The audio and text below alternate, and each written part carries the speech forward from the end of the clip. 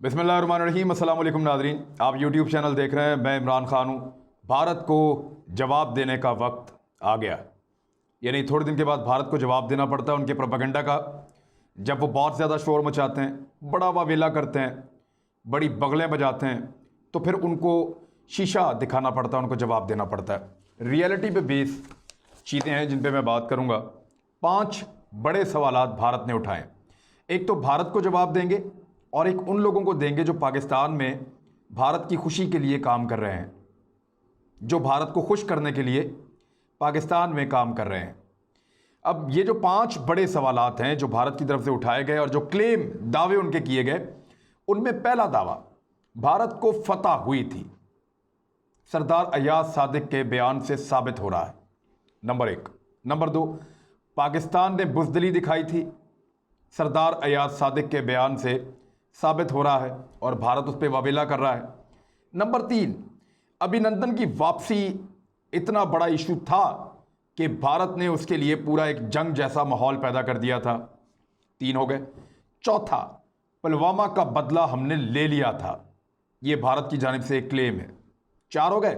5वां नुक्ता जो है वो फवाद चौधरी साहब का एक स्टेटमेंट है जिसको लेकर भारत में बहुत शोर मचाया जा रहा है कि देखें, फवाद चौधरी ने कहा कि पुलवामा का जो वाकया जिसमें 40 भारतीय फौजी मारे गए थे और डार नामी एक लड़का था जिसने जाके वहां धमाका किया था, खुदकुश हमला, वो ये कहते हैं कि ये जो भारतीय फौजी मारे गए थे पुलवामा में, फवाद चौधरी के स्टेटमेंट के मुताबिक ये घुस के मारा था पाकिस्तान ने। तो ज़रा इसका भी जवाब मैं आपको दे दूंगा और इन तमाम चीज़ों का जवाब अभी शुरू करते हैं। नंबर 1, भारत को फतह हुई थी, ये पहला क्लेम है। जो लोग ये कहते हैं कि भारत को फतह हुई थी, वो 2 मार्च के अखबारात निकालें, इंडिया के, पाकिस्तान के और बैनुल अक़वामी दूसरे अखबारात भी आप निकाल लें।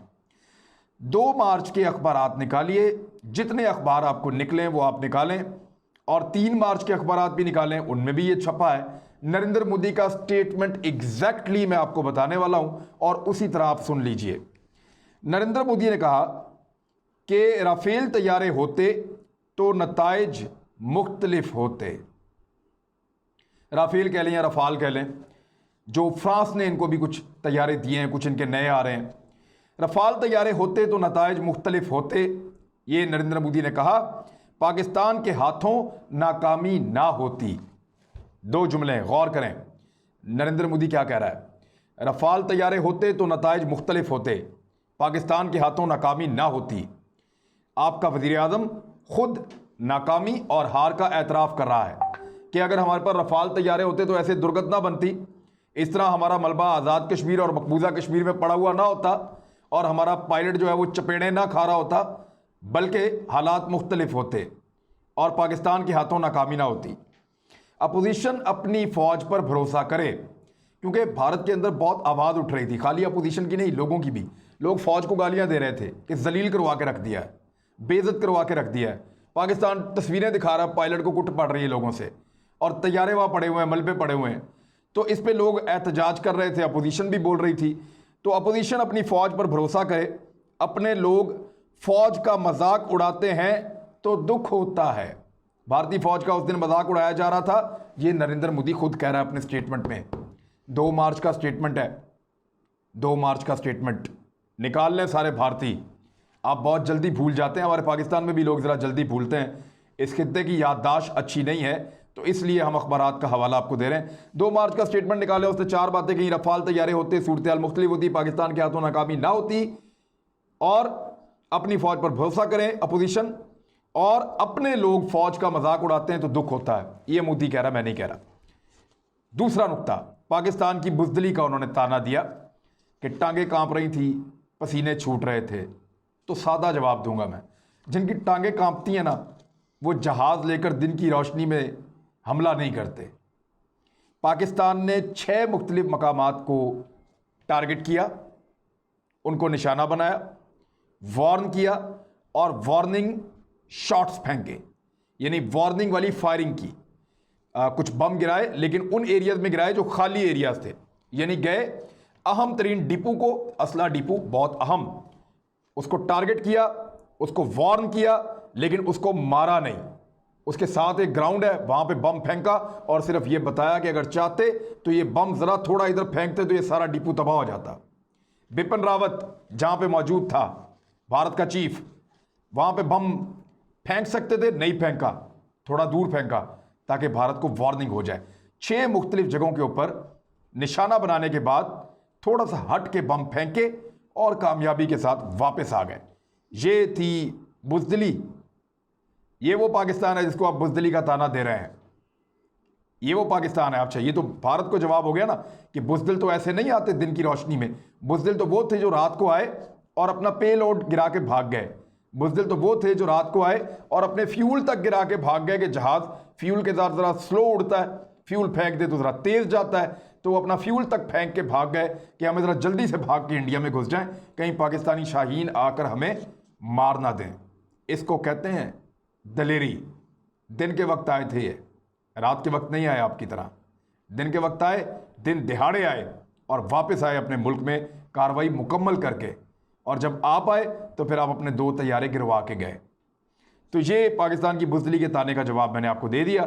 तीसरा, अभिनंदन की वापसी के लिए भारत एक बहुत बड़ा हमला करने वाला था। भारत एक बड़ा हमला करने वाला था, ये तो बात सच है। ये अब मैं आपको बता देता हूँ। प्राइम मिनिस्टर के पास मैं भी था, काशिफ अब्बासी साहब थे और इरशाद भट्टी साहब थे, साबिर शाकिर साहब थे और कुछ और दोस्त थे हमारे वहाँ मौजूद थे।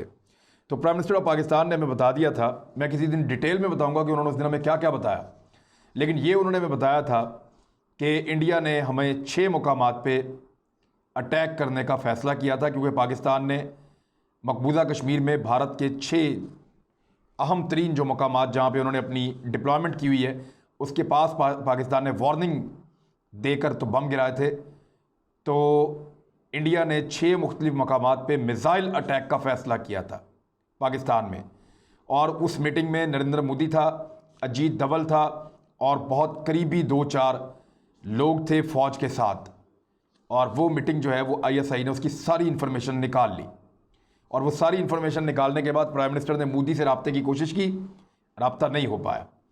जो मुल्क पाकिस्तान को ये कह रहे थे कि अभिनंदन को वापस किया जाए आलमी कवानीन के मुताबिक और एक गुडविल जेस्चर दिया जाए, आपकी एक सफारती कामयाबी होगी, उन्हीं मुल्कों को पाकिस्तान ने कहा कि हम अभिनंदन को तो दे देंगे, लेकिन भारत 6 जगहों पे अटैक करने वाला है और हमारे पास पूरी इंफॉर्मेशन है कि वो कहाँ कहाँ अटैक करने वाला है। लिहाजा हमने उनके 18 मुकामात को टारगेट कर लिया है और हम 6 के बदले 3 गुना जवाब 18 मज़ाइल हमलों के साथ देंगे और शाहीन मज़ाइल हमारे इसके लिए तैयार हैं। अब ये एक बहुत बड़ा इंडिया के लिए धचका था कि उनकी इंफॉर्मेशन लीक हो गई, पाकिस्तान को पता चल गया और पाकिस्तान ने काउंटर भी तैयार कर लिया। तो अभिनंदन को बचाने के लिए भारत इतना बड़ा रिस्क लेने वाला था, ऐसा नहीं है। भारत में इलेक्शन चल रहे थे, भारत की अपोजिशन ने यह कहा भी था कि इंतखाबात जीतने के लिए मोदी किस हद तक गिर सकता है, उसको एक जंग चाहिए और वो जंग जैसा माहौल पैदा कर रहा है। लेकिन जिस तरह का हमला उसने प्लान किया उससे 6 गुना जब हमने प्लान किया तो भारत डर गया और बाज आ गया। इसको कहते हैं बुज़दिली। और हमने अभिनंदन जो है वो ज़ख्मी हालत में आपको वापस कर दिया। और अभिनंदन जाने से पहले कह कर गया कि भारत का मीडिया झूठ बोलता है, बकवास करता है। वो जाने से पहले कह कर गया कि इंतहाई प्रोफेशनल फ़ौज है पाकिस्तान की। वो जाने से पहले कह कर गया कि मैं टारगेट की तलाश में आया था लेकिन मेरा तैयारा तबाह कर दिया गया। तो ये है अभिनंदन की वापसी के ऊपर भारत को कोई इतनी दिलचस्पी नहीं थी, क्योंकि जितनी दिलचस्पी उसकी वापसी पे थी उतनी कुलभूषण यादव की वापसी पे है। तो अगर आप इतना ही हमें डरा के अपने बंदे वापस ले जाते हैं तो आप अभी फौरी तौर पे अनाउंस करें कि आप रात 9 बजे, 10 बजे, 11 बजे पाकिस्तान पे हमला करने वाले हैं। अगर हमने कुलभूषण यादव को ना छोड़ा तो हम तो बुज़दिल लोग हैं भाई, वो भी आपके हवाले कर देंगे। तो ये जवाब है उनकी तीसरे प्रोपेगेंडा या तीसरे दावे का। चौथा दावा, पुलवामा का बदला।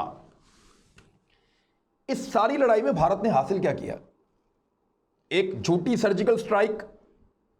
भारत के तैयारे 26 फरवरी 2019 की रात को पाकिस्तान में दाखिल हुए थे और जब वो पाकिस्तान में आए थे तो उस वक्त रात का एक देर का पहर था।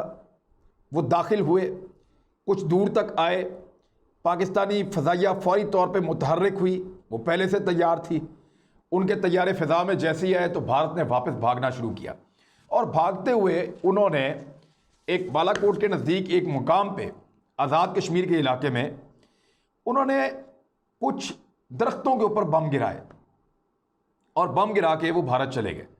वहाँ जाके उन्होंने शोर मचा दिया 26 तारीख वाले दिन को कि हमने 300 दहशतगर्द मारे हैं पाकिस्तान में।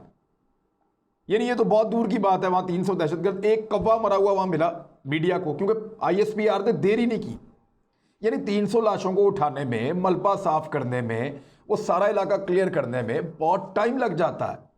सुबह की रोशनी हुई तो पाकिस्तान का सारा मीडिया वहाँ मौजूद था, पाकिस्तान की एजेंसीज वहाँ मौजूद थी, पाकिस्तान की फोर्सेस वहाँ मौजूद थी। बाकी जो मीडिया रह गया था उनको गाड़ियों में भर के इस्लामाबाद से फिर वहाँ पे लेके चले गए ISPR वाले, और उन्होंने जाके दिखाया, बताओ जी कहाँ पे बंदे मारे, ढूंढ ढूंढ के थक गए। यानी पाकिस्तान में ऐसा मीडिया भी है, मैं जियो की बात कर रहा हूँ, उन्होंने आपको अजमल कसाब का गाँव ढूंढ के दे दिया था इंडियंस को, और उस पर इनको बड़ा ट्रस्ट है। तो हामिद मीर खुद गए वहाँ पे, जाके वो ढूंढता रहा, उनको भी कुछ नहीं मिला, कोई लाश नहीं मिली, कोई बंदा नहीं मिला, कोई ऐसी चीज़ नहीं मिली, कोई मुजाहिदीन नहीं मिले, कोई दहशतगर्द आपके बकौल वो नहीं मिले। तो भारत किसको मार कर गया? किसी को नहीं मार कर गया। पुलवामा भारत के कश्मीर, मकबूजा कश्मीर का इंटरनल मामला था, वहाँ पे जुल्म बढ़ रहा था, वहाँ पे एक नौजवान उठा, जुल्म से तंग आया और उसने हमला कर दिया।